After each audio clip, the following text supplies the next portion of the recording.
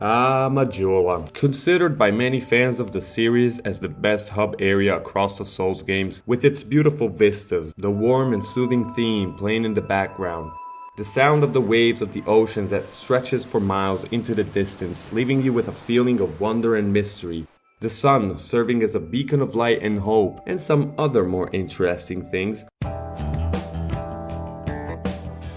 No wonder it left many players in awe. While I personally prefer Firelink Shrine from Dark Souls 1, I can't help to be fascinated with Majula and its atmosphere. There are so many NPCs, merchants, and items that not only makes this place feel dynamic and alive, but it also serves well to new players by providing them with really good weapons, armor, and items that can carry said players to success in the rest of the world. But I was wondering, can you actually beat Dark Souls 2, Scholar of the First Sin, using Majula only? What I mean with this is, can you beat the game using only the weapons, armors, and rings found in Majula?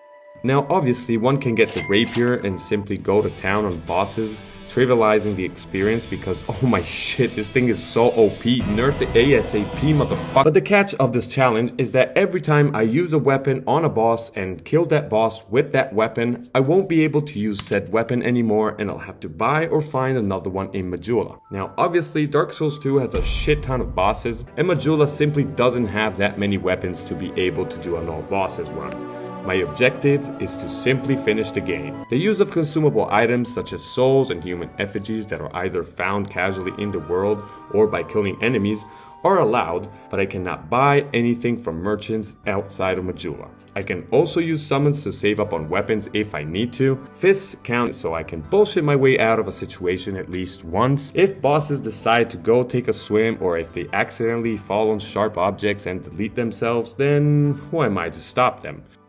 Okay, now that we laid down the general rules, we can finally begin. Now this is a guy that gets a gazillion amount of pussy on the daily. I picked Deprived as my class and I took the Bonfire Ascetics because what else would you pick? And I woke up in somebody's backyard with my memory completely wiped out after blacking out at a rave. I found a house with some old ladies inside and one of them asked me for my name. What is your name? And they then proceeded to mock me and saying stuff like, Doesn't stand a chance.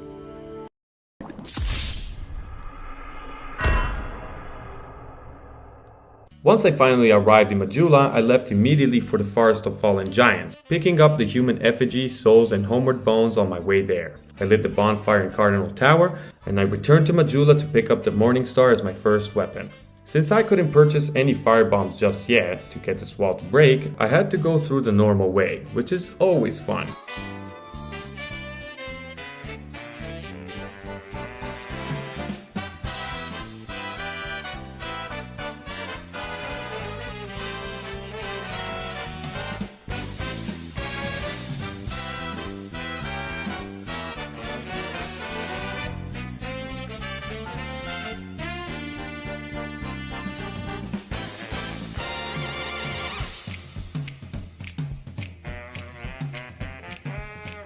And it was time for our first boss.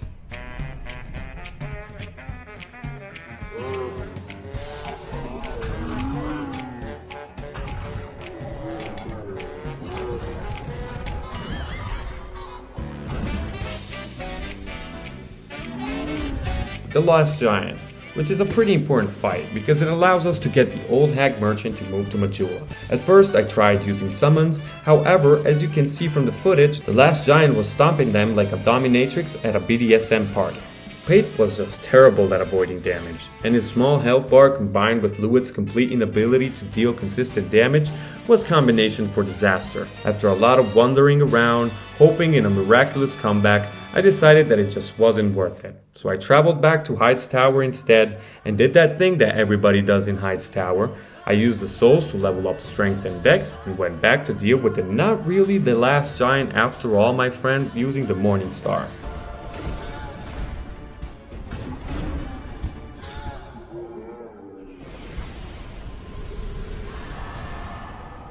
I used the souls to level up ADP for some much needed iframes and tested if the ballista cheese still worked. Don't worry guys, it still does. You're welcome. I flew away with Frank Sinatra and a bird to the Lost Bastille. I used my sweet eddies to buy a lot of firebombs and life gems because in Huntsman Copes, the skeleton lords were waiting for me. What you want me to say about this fight? From the comments in my leveling only ADP video, people seem to really like this boss. I still don't get it. Anyways, the fact that the skeletons are all gemmed up together makes it easier to get good splash damage. The real enemy, however, in this fight are definitely the two bone wheels that spawn at the end of the fight. But with enough patience, the boss goes down. Coming right up, Harvest Valley, but before any of that, I returned to Majula to prepare for the next boss encounter. I bought the broken straight sword from the old hack as I figured the worst weapon was the perfect choice for killing the worst boss. I also got Leningrass Key, bought 6 Titanite shards from the blacksmith and upgraded my broken straight sword to +3. In order to make traversing the areas a bit easier, I also bought, you guessed it, the rapier like a filthy casual, and I reinforced it to +2. I used the rest of the souls for leveling ADP some more, and I returned to the Harvest Valley, where I simped for Chloanne so she would give me her OnlyFans Have extras if you can pay. and moved to Majula. The rest of the area was rather hot, and I'll let you imagine why. Anyways, Covetous Demon was just a bad cosplay of Jabba the Hutt, and the broken straight sword was more than enough to bring him down. Although I never saw this attack before, which did kinda surprise me.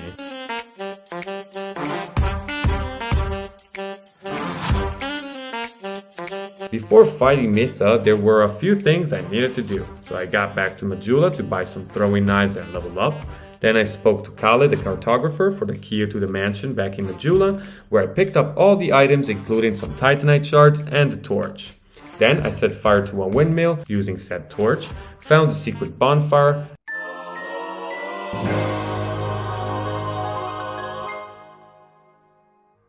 restored my humanity, summoned Jester Thomas, and relived some scenes pulled straight from 50 Shades of Grey in real life. Needless to say, Thomas performed very well. I occasionally threw my knives at Mitha to draw aggro, and it was over in a moment, and the path to Iron Keep was finally opened. But instead of going through Mustafar right now, I made sure to pick up the Crimson Parma in the path between Majula Heights Tower. I called back the pirate ship in No Man's Wharf, I summoned Bradley of the Old Guard, and used the shield to take the Flexile Sentry's aggro while the summon did its own thing. One would think that Bradley over here will actually get some good damage in, counting the factor that we are in a pool of water and he was using Golden Pine Raising on his spear. But no, the fight lasted for so long that the water was not rising anymore, and finally after 4 minutes of pain, the old champ did it. And this way I had both sides of the Lost Bastille opened. Paired with the rapier, I was also using a +3 spear for traversing the area in between bosses. For now, I've used the Morningstar, the firebombs, broken straight sword, throwing knives, and the Crimson Parma. I still had almost all the weapons sold from the Lancia and all the weapons sold from the blacksmith available. I was looking good, so I bought the Ring of Whispers, gave my best piece of gear to Rosabeth, waited for the worst door in the series to finally open up,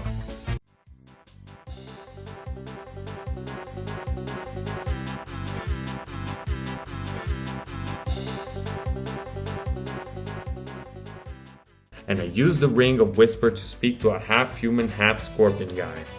It would have been an interesting conversation about the lore if only I wasn't being blasted by shadows.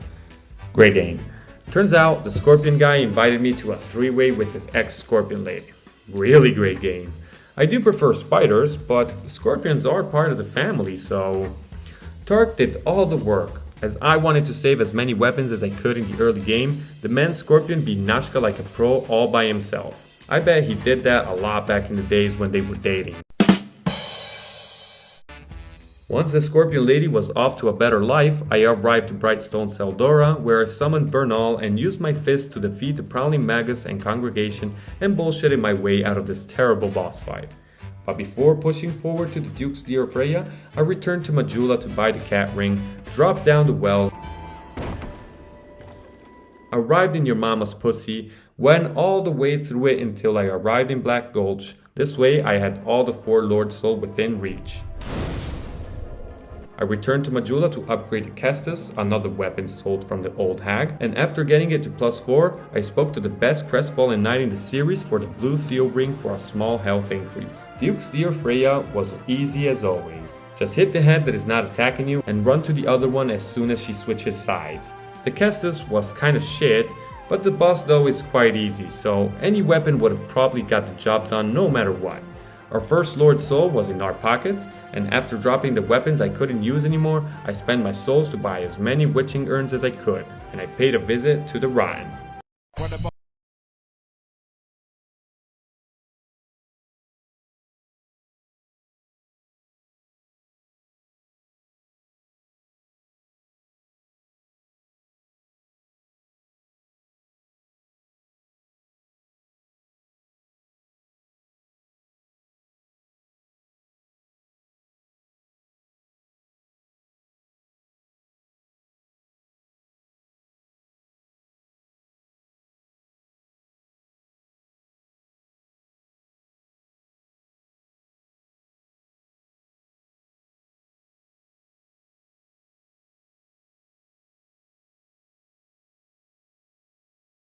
More to go. I went through the usual routine of discarding everything I couldn't use anymore, and with the witching urn gone, I had no more consumable weapons available from the merchant. However, killing Mitha allows for Gilligan to move to Majula, adding more potential weapons to my arsenal as well as selling infinite aromatic ooze. Life is really good, guys. The next target on my list was the Lost Sinner, and I chose the longsword as my weapon of choice for this fight. I reinforced it to +4, and the damage from the weapon was pretty good considering its low level of upgrade. And even though I forgot to turn on the lights, I don't mind some blind date shenanigans if you know what I mean. The only thing to be actually worried about in this fight is spacing, especially when she does her thrust attacks. The hitboxes reach much further than the animation would actually show. But Lost Sinner goes down first try, and we got our third Lord Soul. Don't need that anymore. At this point I started dumping points into Vigor, dreading what was coming up next.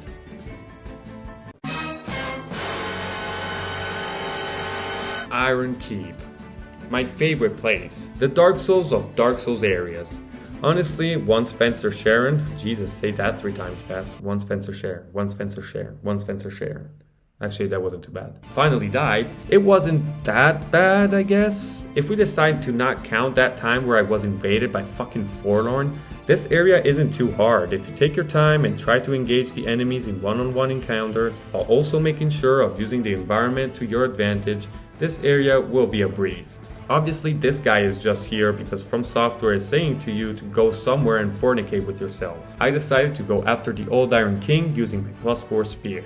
And you know the drill. Hide behind cover during his fire attacks, dodge his laser beam and punish, take advantage of his long ass recovery times after he does his physical attacks. Positioning is very important as you just don't want to fall into that small lava jacuzzi. And just like that, the Old Iron King is dead.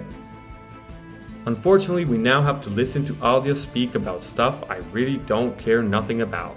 I haven't watched a lot of Vatividia lately, and unfortunately it was time to discard our spear. But I had a good replacement for it. And with the Old Iron King out of the picture, Cloanne had a fresh stock of large Titanite shards waiting for me. I wouldn't have to scavenge for them in the world anymore. I upgraded the axe to +6, bought some aromatic ooze from Gilligan, and I finally entered Drangleic Castle. I didn't want to waste a valuable weapon such as the axe for a pathetic boss like the Dragon Riders, so I bought the falcon from the blacksmith, reinforced it to +3, sprinkled my weapon with my magical semen, and even though the damage wasn't optimized, this joke is a fight anyways. I mean, this fight is a joke anyways. Especially if you count in the factor that Robin Hood right here has the health bar of a casual on his first playthrough who has yet to get good. And once I defeated the Promiscuous duo, I picked up the key to the King's Passage, and with my +6 battle axe, I was ready for a real boss.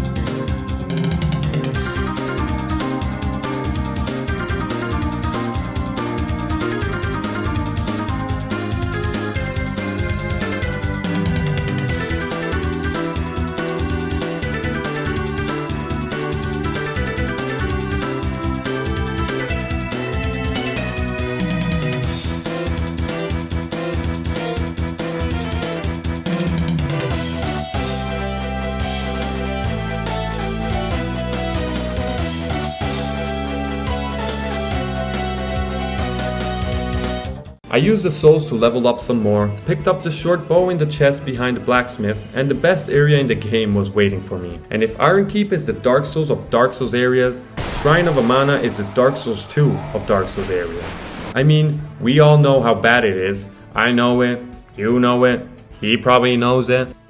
But just like with the Iron Keep, if you take your time and pick every single enemy from range, the area becomes pretty digestible. It's kind of boring and things can definitely still go wrong, but it's better than nothing, I guess. But by pushing forward, you'll be able to get through it no matter what. For Demon of Song, I used a pair of claws. The bleed sucks in this game, but fortunately this boss is kind of a joke. But in all honesty guys, I actually kinda like this boss right now. The presentation is original and creative, the attacks aren't that difficult to read but they're goddamn cool. I think I will reevaluate Demon of Song going forward. Moving on, we got Undead Crypt. But before diving into this area, I bought the broadsword and upgraded to +7 because if you haven't noticed in this run, we have to upgrade so many weapons. These are the weapons that I still had available from the blacksmith. So I had like 4 left. Fortunately, there weren't many bosses still alive. I restocked on some more life gems and it was time to change Velstad name into Bellin because he waves a bell around and he kind of looks like a bellin.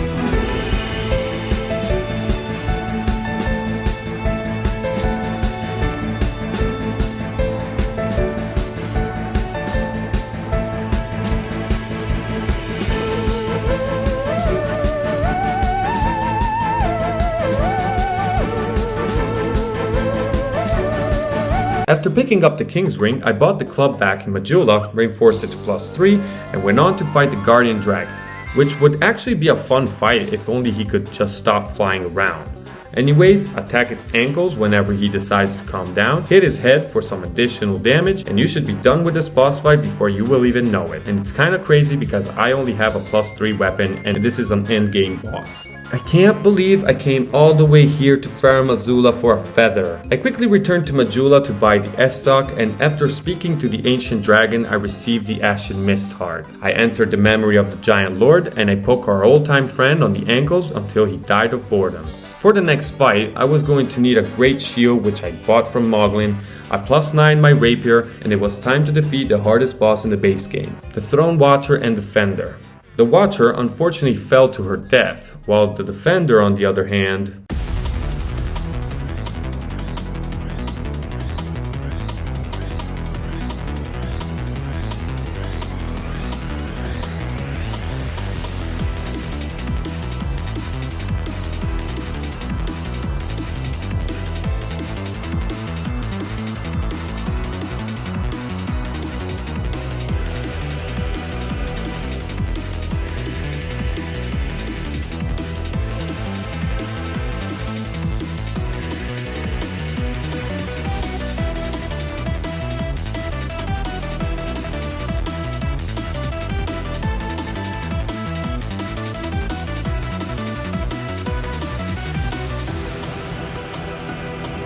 For Nashandra, I used a +7 mace buffed with some aromatic ooze.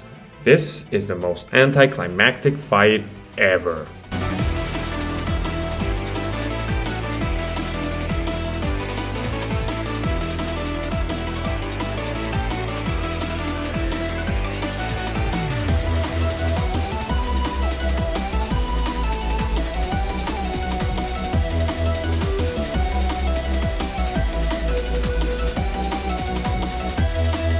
And there you have it, folks.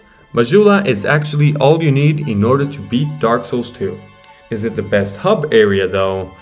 Perhaps for many of you it is, and it would be for me as well if it just wasn't the hub area of Dark Souls 2. Anyways, I still had a few weapons available, so I decided to get the Reinforced Club to +9 and use it against Fume Knight. Enjoy the boss fight.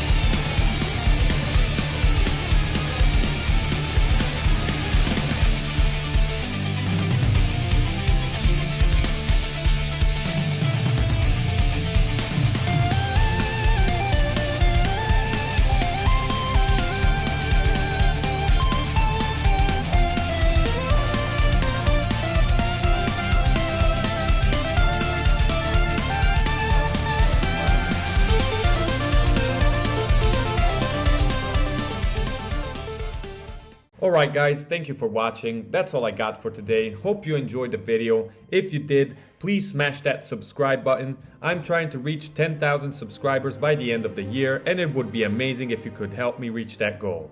But what is your favorite hub area in the Souls series? Let me know in the comments below. Alright guys, have a fantastic week, and I will see you in the next one.